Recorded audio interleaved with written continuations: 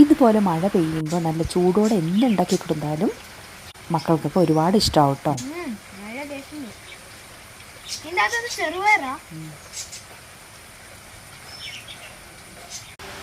അപ്പോൾ ഇന്നത്തെ എൻ്റെ റെസിപ്പി സുഗീന ഉണ്ടാക്കലാണ്.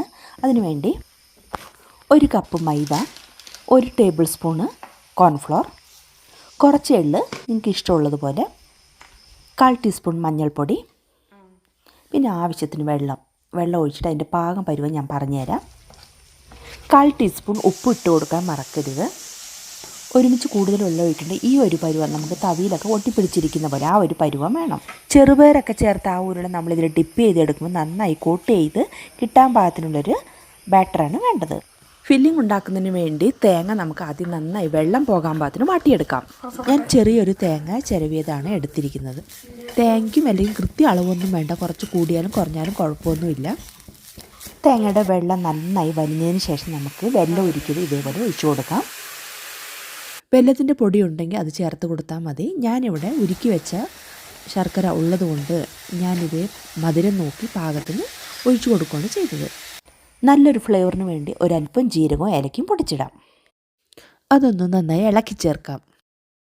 അതിനുശേഷം ഇന്നലെ വെള്ളത്തിലിട്ട് കുതിർത്ത് വേവിച്ചെടുത്ത് വെച്ച ചെറുപയറുണ്ട്, അതും നമുക്ക് ഇതിലോട്ട് ചേർത്ത് കൊടുക്കാം. വെള്ളം അധികം ഒഴിക്കാതെ വേവിച്ചെടുത്ത ചെറുപയറാണ്.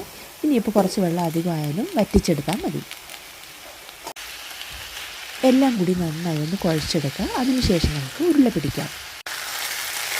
ചെറുപയർ നന്നായി വെന്തിട്ടുണ്ടെങ്കിൽ ഉരുള പിടിക്കാൻ എളുപ്പമാണ്. ആദ്യം നമുക്ക് ഇങ്ങനെയെല്ലാം ഉരുളകളാക്കി വെക്കുന്നതും നല്ലതാണ്. ഡിപ്പ് ചെയ്യുമ്പോൾ തന്നെ ഉരുളകളാക്കി ഡിപ്പ് ചെയ്ത് എണ്ണയിലോട്ട് ഇട്ടാലും മതി. ഇത് കണ്ടോ, ഡിപ്പ് ചെയ്തെടുക്കുമ്പോൾ ഇതേപോലെ എല്ലാം അതിൽ പിടിച്ചിരിക്കണം.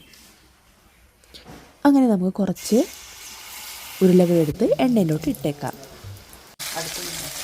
ഉരുളകൾ ചെറിയൊരു ഗോൾഡൻ കളർ വരുമ്പോൾ നമുക്ക് എണ്ണയിൽ നിന്ന് കോരിയെടുക്കാം.